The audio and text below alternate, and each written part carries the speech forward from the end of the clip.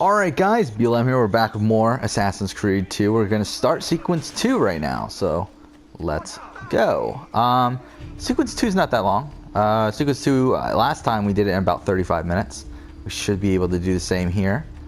So let's do it. And same thing with Sequence 3. Sequence 3 only takes about 35 minutes as well. So we'll go ahead and do those pretty quickly.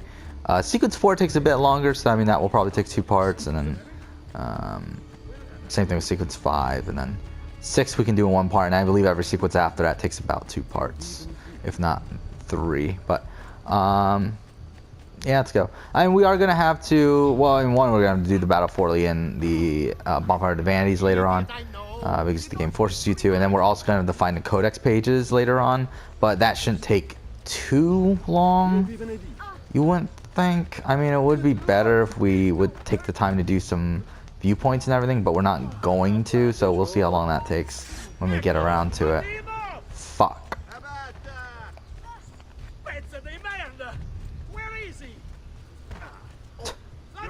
Ah, fuck. Well, that went well. Alright, let's just kill these guys. Ah, shit. Oh, yeah, I don't have a fucking sword anymore. God damn it. Ah. Yeah, the counter is a... counter window's like much smaller without a weapon. Oh my god. Okay.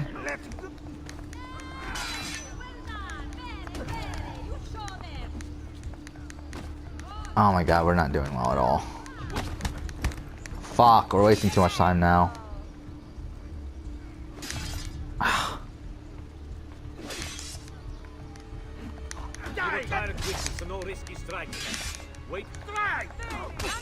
Yeah, it would be nice if we had a fucking weapon. Should we just run? I feel like we're not defeating those guys in an efficient time.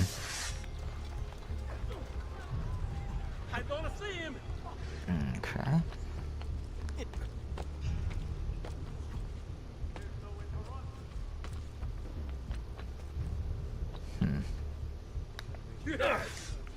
Ah, shit.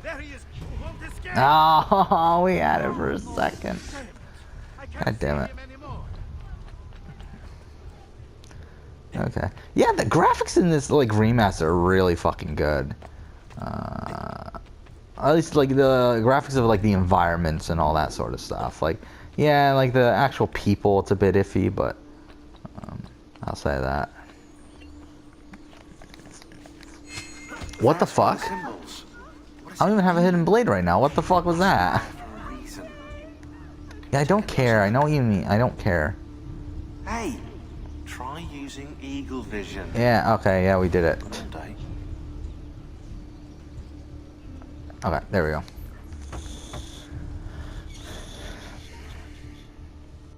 Yeah, did 3 minutes.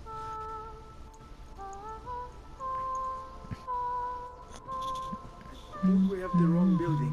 I forgot that this song was in this game. I was thinking it was exclusive to the Brotherhood for some reason.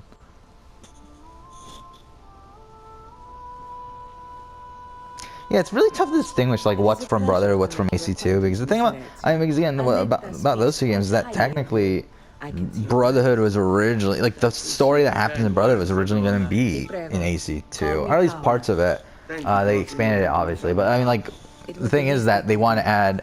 They needed more stuff because Patrice Désilets, as I said, had a plan with Assassin's Creed that was going to be a 3 game franchise and a 3 game series or whatever. But like they weren't able to fit everything he wanted to do in 2, so they decided, hey, let's make Brother, let's make another game. Why are you going to teach me how to kill? And so yeah, like in AC2, I originally Ezio was supposed to go to Rome. And oh, this is something else that really irritates me about. I guess we'll probably talk about it more later. Oh yeah, I forgot. This is the fucking. This is an annoying mission. Just because it gets annoying when we have to go around the circle later on, but whatever.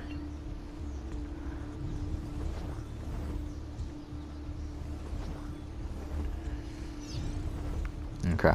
Yeah, when we have to follow her, this is the kind of annoying part. But what I also love is that Paula is never shown again, pretty much. I mean, like in the games, like I mean, outside of the obviously within this game, but like she's never shown again in Brotherhood. Though I believe she is in the books, right? I believe Paula is in the books of in Brotherhood, and like mentioned in maybe Revelations as well. But I believe she is mentioned in the books here and there, but it's just like in the actual games, like she's never shown again after this game. Okay, well, let's go here. Just see where she's going first. Okay. Of course she's going there.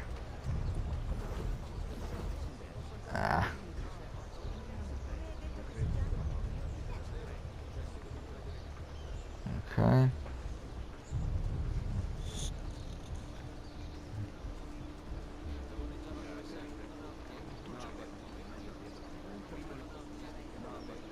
Again, really fucking boring mission. But whatever. I forgot about the contextual camera because they took this out. It was in AC 1 and 2. I don't remember if it was in Brotherhood, but I'm pretty sure by Revelations it was gone. If not, definitely by AC 3 it was gone. I think. But definitely by Origins it's gone. But I know for sure. Like, obviously it disappears at some point. Okay. Oh, fuck, of course we're going that way. Oof. Yeah. Okay, we're good. I think that's it right there, right? Or not? Is this it? I'm sorry. Please don't hurt me. I'll go. No, it's not it. Oh, it's this way, isn't it? Yeah, okay, yeah, we made it back. Okay. That wasn't that bad this time. We did it in one shot. I think we fucked it up a couple times last time we played it on the channel. Just because it's very finicky. I mean, like, it's like sometimes...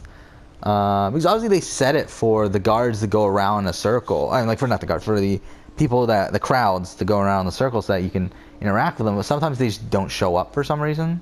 But yeah, we were lucky this time it worked. Now that you've learned So. to blend, I'll show you how to use it for more than just moving around. Let's teach you how to steal. Okay, there we go. Thief! Once you've stolen from someone, Ezio, you mustn't linger.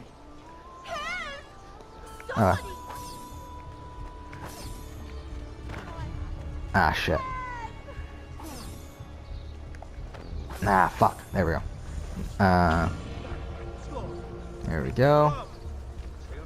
So I believe now we kill Umberto, right? And I believe after that we learn about notoriety. Or do we have to? So innocent. He's cute. Now that you have learned how to approach the enemy, we need to... Oh yeah, we need to get the hidden blade from Leonardo. Ah, but you already have the answer. I mean, we need to fix the hidden blade, I should say. Not. Father's blade and bracer. How did you get them? By using the same skills I've just taught you. It's not exactly in working condition. I assume you're familiar with Leonardo da Vinci. See, but how does a painter factor into this? He's far more than that. Bring him the pieces. You'll see. Before I go, one last question, if I may. Of course. Why have you given your aid so readily to me, a stranger? I too know the pain of betrayal, right? Ah, damn, missed the line. But either way, which by the way is never like they never like actually say what happened to her. I believe it again. I believe they do in the books, or at least do some. I believe we do know what happened to her, but it's like they don't reveal it at all through the game, which is funny. And also, this is the thing. Like, this is something I wanted to mention that I started talking about, but I just completely forgot about. People talk about how, like, oh, Ezio's character development is like so great within AC2 because, like, at the beginning of the game, he shows such vengeance when he's going after Umberto and everything, and then by the end of the game, oh, he's sparing Rodrigo's life. Look at that character development. Spoiler alert, that wasn't supposed to be in the fucking game. Like, the original fucking... The only reason that was... Like, he spares Rodrigo's life is because their decision to make Brotherhood. Like, originally, he was going to kill Rodrigo. Like, the only reason that became a thing is because they decided to make Brotherhood and expand the story. And proof of this is by the book Renaissance, which the book Renaissance was written before they decided to make Brotherhood. So it tells what the original story was going to be, which is that Ezio was going to go to the Vatican in 1503 instead of 1500. 1500. In 15, actually, I think it's technically 1499, right? But either way, like, he was going to go in 1503, the year that Rodrigo Borgia died, and kill Rodrigo. However, they changed it because they wanted to do Brotherhood. So instead, what they did is have him go to the Vatican in 1499. That way, to give him a 4-year period to make Brotherhood. Yeah, like, people talking about this like as if it's like, what masterful character development and stuff. It's like, no, it's just like, it just worked out that way because they needed a reason for Rodrigo not to be dead. Oh, Ezio Auditore. Like, it's like, yeah, it's character development. It's like, it's character development by accident. It's not like they purposely did it. It's not like they were thinking this entire time, like, we're going to start it off with him being this way, and then by the end, he's going to be so different. Look at that character arc. It's like, no, they did it because they wanted to make more fucking money, motherfuckers. And also, they probably, I mean, who knows what it was from Patrice's standpoint, but at least from Ubisoft's standpoint, it's definitely probably a money thing. All right, let's see it. Fascinating. I don't know, Ezio. Despite its age, the construction is rather advanced. I've never seen anything quite like it. I'm afraid there's not much I can do without the original plans. Mi dispiace. Wait. What are you doing? Which that made no sense. Like, the way that textures work on that is, like, making no sense. Because essentially it's making it out as if because the textures stretch out when he opens it instead of, obviously, like a real paper would be, where the textures are like stuck there, obviously, because it's real fucking life. And then But select every third.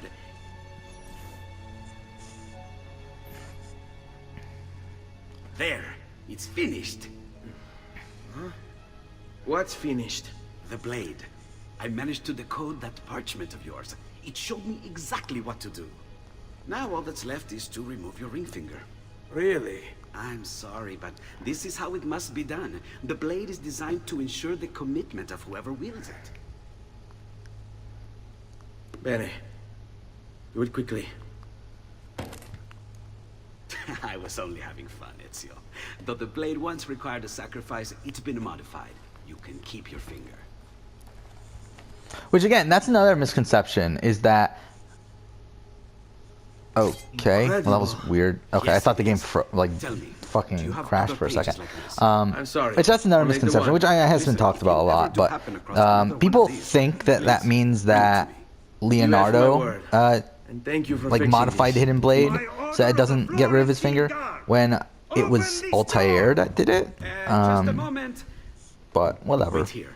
And it doesn't really matter too much, but that is a misconception that people do Are have. you Leonardo da Vinci? See, how may I be of service? I need you to answer some questions. Certainly. Okay, so this is the first. This is essentially a tutorial for the hidden blade. What seems to be the trouble? A witness claims to have seen you consorting with an enemy of the city. What? Me? Consorting? Preposterous. When was the last time you saw or spoke with Ezio Auditore? Who? Non fare il figlio tonto! We know you were close with the family. Perhaps this will help to clear your head. This is so dumb. Ready to talk? How about What now?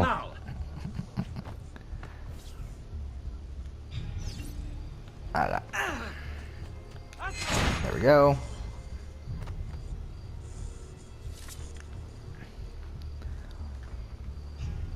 Grazie, Ezio.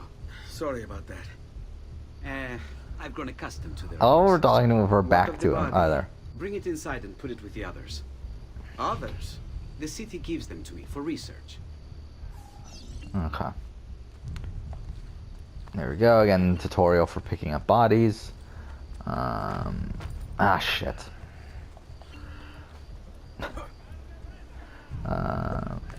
Fuck off.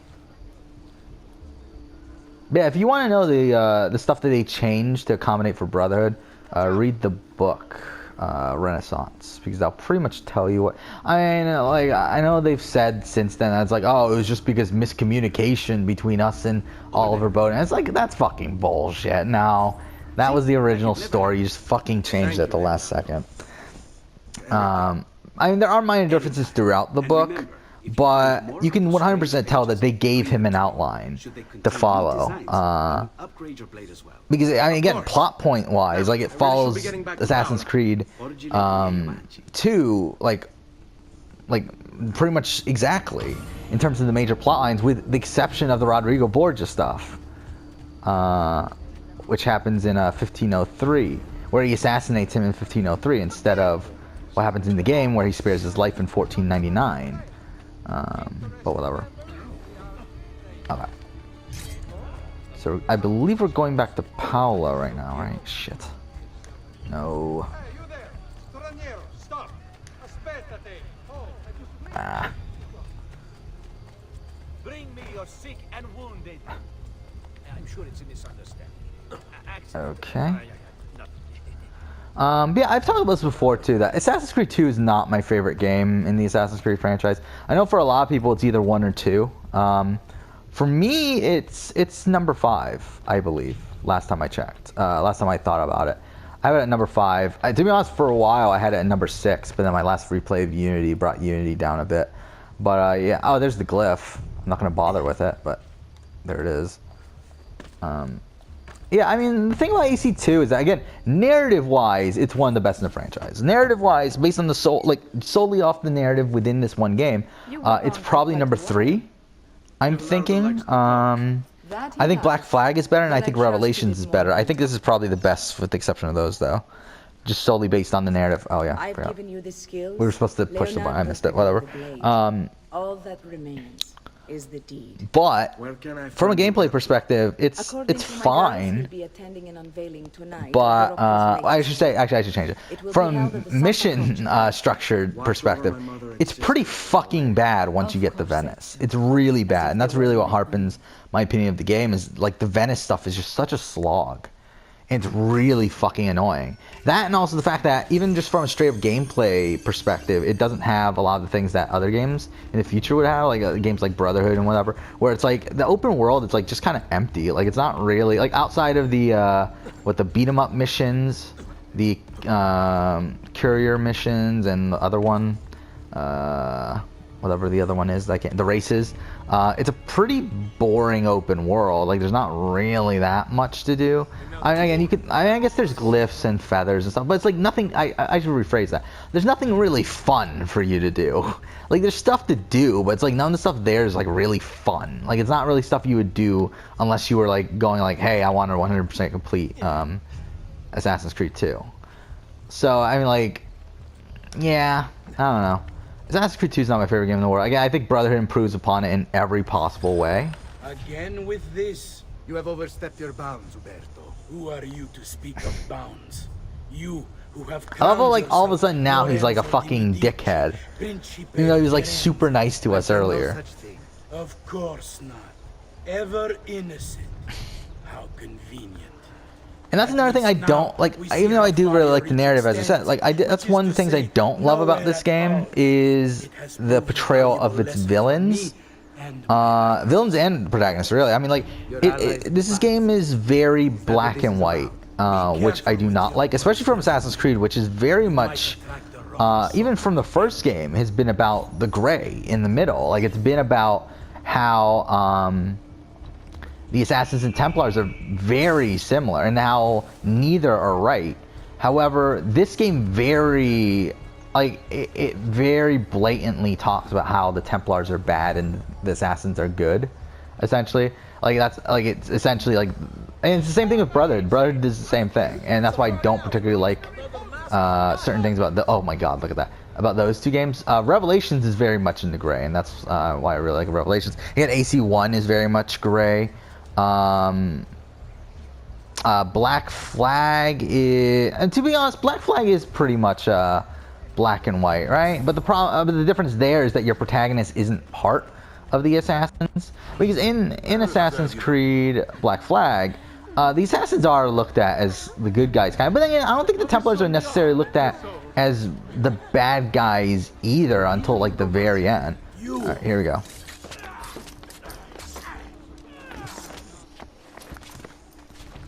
All right, first I can't think of a memory corridor. To save the ones you love. Yes, I would. And I I have. have. Yeah, I love it. This is a great moment. You're not dead. I am still here. Me, Ezio. Ezio Auditore. Like that. That's one of my favorite moments, probably. I don't know. Again, it probably wouldn't be top 10 or anything, but it's a great moment. I think it's tough though to think of like best Assassin's Creed moments off the top of your head. I think the ending of Revelations is number one. It's not even close. But I think outside of that, it's kind of tough to think off the top of my head.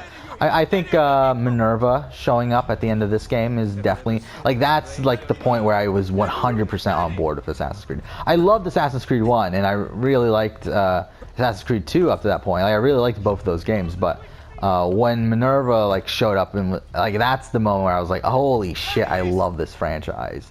So that's definitely on the top 10 probably. Yeah, it's actually kind of tough. I mean, I'm trying to think of like from AC2 what else would be on like a top 10 list of my favorite moments. I really don't know.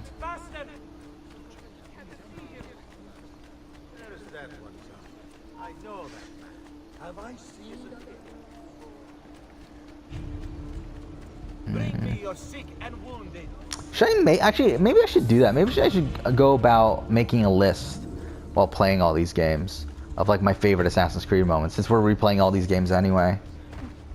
Maybe we'll do that. I think this is the first moment that would even be in consideration for me, is that like his speech after killing him, Umberto.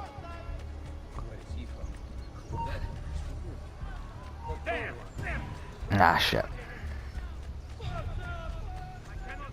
Actually, maybe him putting on the robes, but again, I don't think that's really like top 10 worthy. Well, I do think that it's that his speech at the end of that was probably top 10 worthy. I mean, okay, well, actually, I forgot the speech at the end of Bonfire of the Vanities. That's definitely a top 10 sort of moment. Maybe I won't make a list because the problem with this is that obviously I'm not playing every game either. But I don't know, whatever. Holy shit, we're still that far away. I'm trying to think of what else. I mean, I think like going to other games, I think definitely the Subject 16 stuff in Brotherhood, that's definitely on the list.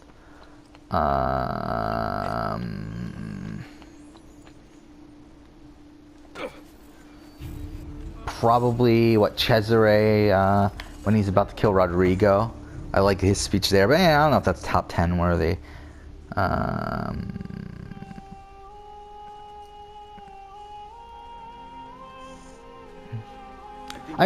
think a lot of Hatham stuff is probably up there, right? I think Hatham's, like when Connor says, "It seems your tongue has tasted sour grapes. The people have made their choice, and it was Washington." Yeah, I love it. There's some great fucking dialogue in AC3. AC3 is a fucking mess from a narrative perspective and from a gameplay perspective too. But there's some great stuff in there though. And yeah, that's the entire, like, was it sequence 10, was it? Or sequence 9? Like the sequence where you're hunting down Ben Church and you're with Hatham the entire time. Like a lot of that dialogue there is fantastic. I've added a program for tracking notoriety. This How convenient, right? will help you know how far you are between notorious and incognito.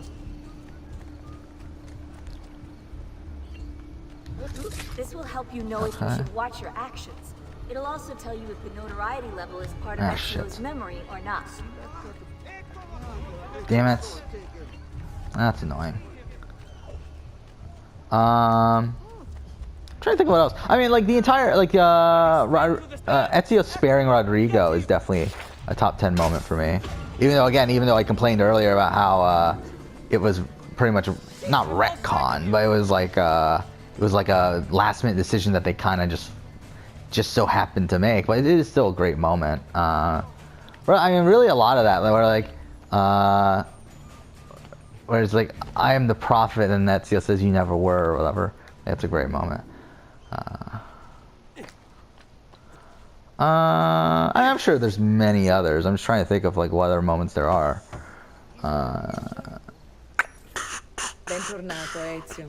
Were you successful? I'm trying to think of Brotherhood. What else is there in Brotherhood? I'm sure I'm missing stuff from Brotherhood. Ezio, where have you been? I think the entire ending of Revelations is definitely on there. Like, not even just the ending scene. I think like from like the entirety of Sequence 9 is on there, with the exception of that puzzle. But Petruccio. yeah, Federico. That's his name, Federico. I knew it started with F. I just can't think of what the fuck it was. No, it's impossible. Claudia. No. Actually, now I think about it, the execution of Ezio's family is probably in the top 10 too. It's in consideration for top 10. I don't know if it's in the top 10. It's probably not, but it's in consideration. Listen, right now what matters is getting us all someplace safe. But to do that, Was it Connor's speech, Forsaken speech, would definitely be in the top 10 if it was in the fucking game.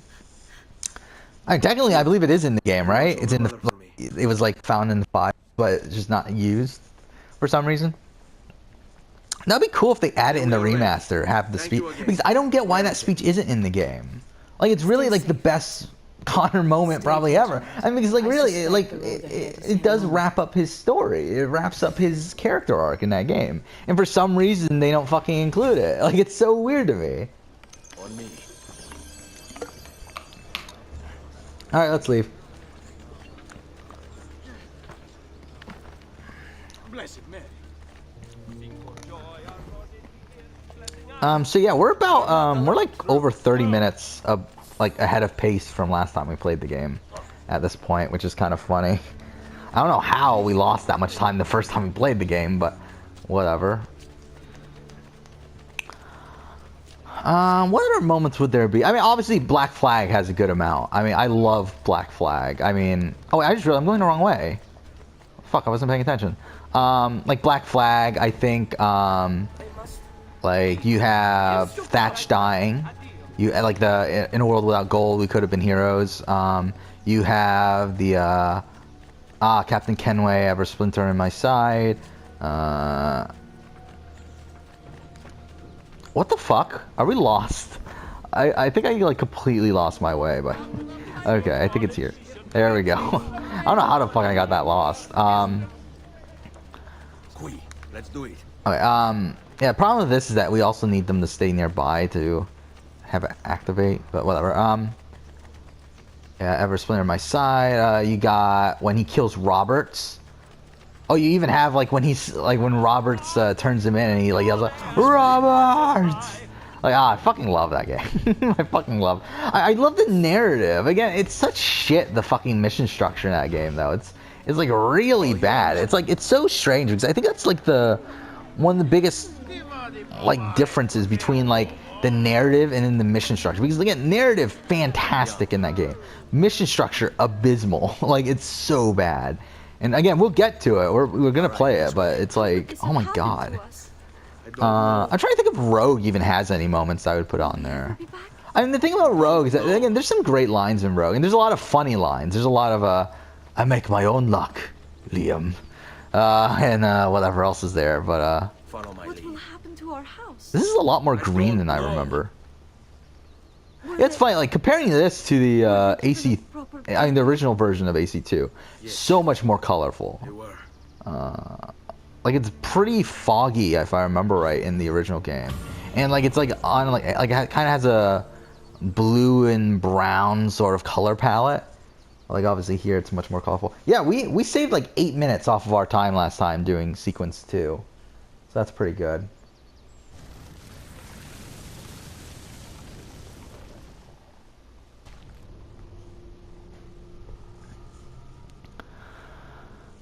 Alright.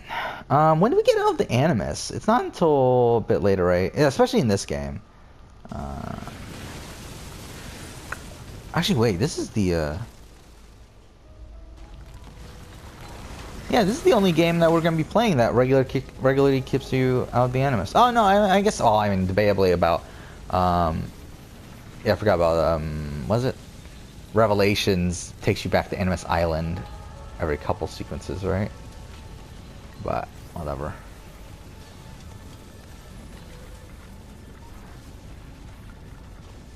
Yeah, because Brotherhood doesn't kick you out of the Animus at all. Mind you, you miss out on a lot of things if you don't. Which I'm hoping, again, is what they're going to do with Odyssey. Is what they did with Brotherhood, where, like, if you want modern day stuff, you can leave the Animus and do the modern day stuff. But if you don't want to, then you don't have to. That's what I'm hoping that they're going to do. But, alright, we're going to end the episode here, actually. Next episode, we'll go ahead and continue on. But for now, thanks for watching.